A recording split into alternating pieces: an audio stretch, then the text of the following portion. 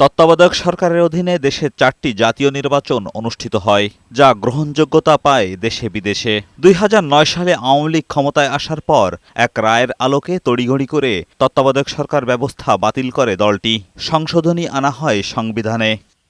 আইনজীবীরা বলছেন, তত্ত্বাবধায়কের বিধান বাতিল হওয়ায় দেশের গণতন্ত্র ও নির্বাচনী ব্যবস্থা ধ্বংস হয়েছে।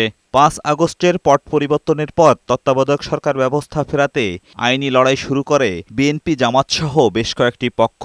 2 দিনের শুনানি শেষে আপিলের অনুমতি দেয় সর্বোচ্চ আদালত। বিচারপতি খায়রুল হকের নেতৃত্বে যে রায় দেয়া হয়েছিল ত্রয়োদশ সংশোধনী বাতিল করে, সেখানে কি ত্রুটি ছিল অথবা অন্য কোনো কারণে সে রায়টা রিভিউ হয়ে সেটা বাতিল হওয়া উচিত কিনা সেটা দেখার জন্য ওনারা অনুমতি দিলেন আজকে, এবং এটা ছুটির পরে অক্টোবর মাসে এটা ফিক্স করেছেন শুনানির জন্য। শুনানিতে প্রধান বিচারপতি বলেন, সাময়িক নয়, তত্ত্বাবধায়ক সরকার ব্যবস্থা নিয়ে কার্যকর সমাধান চায় আপিল বিভাগ, যাতে এই ব্যবস্থা বারবার বিঘ্নিত না হয়। এ সময় তিনি প্রশ্ন তোলেন, যদি এখন তত্ত্বাবধায়ক ফিরিয়ে দেওয়া হয়, এটি কবে থেকে কার্যকর হবে?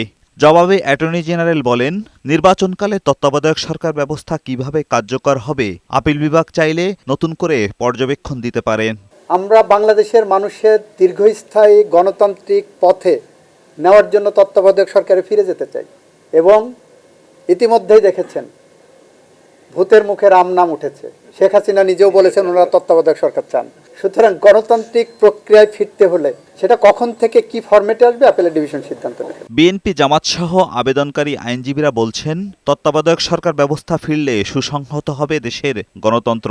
যদি তত্ত্বাবধায়ক সরকার ব্যবস্থা চালু থাকতো, বাংলাদেশে ফ্রি ফেয়ার নির্বাচন ব্যবস্থা চালু থাকতো, তাহলে কারো পক্ষেই স্বৈর শাসক হয়ে ওঠা সম্ভব ছিল না। মানুষ মনে করে তত্ত্বাবধায়ক সরকার ব্যবস্থার মাধ্যমে নির্বাচন হওয়ার কারণে বাংলাদেশের জনগণ তাদের যে গণতান্ত্রিক অধিকার, ভোট দেওয়ার যে অধিকার, সেই অধিকারটি তারা প্রতিষ্ঠা করতে পেরেছিলেন। সেই রুলসের ভায়োলেশন মোতাবেক জাজমেন্টটি দিয়েছে, এবং সেই রুল মোতাবেকই এই আদালতের এখতিয়ার আছে ওই জাজমেন্টটাকে নকডাউন করার। তত্ত্বাবধায়ক সরকারের বিধান বাতিল করে গণতন্ত্র ও রায় নিয়ে প্রতারণা করায় সাবেক প্রধান বিচারপতি খায়রুল হকের বিরুদ্ধে আরও মামলা হওয়া উচিত বলে মনে করেন বিএনপির আইনজীবীরা।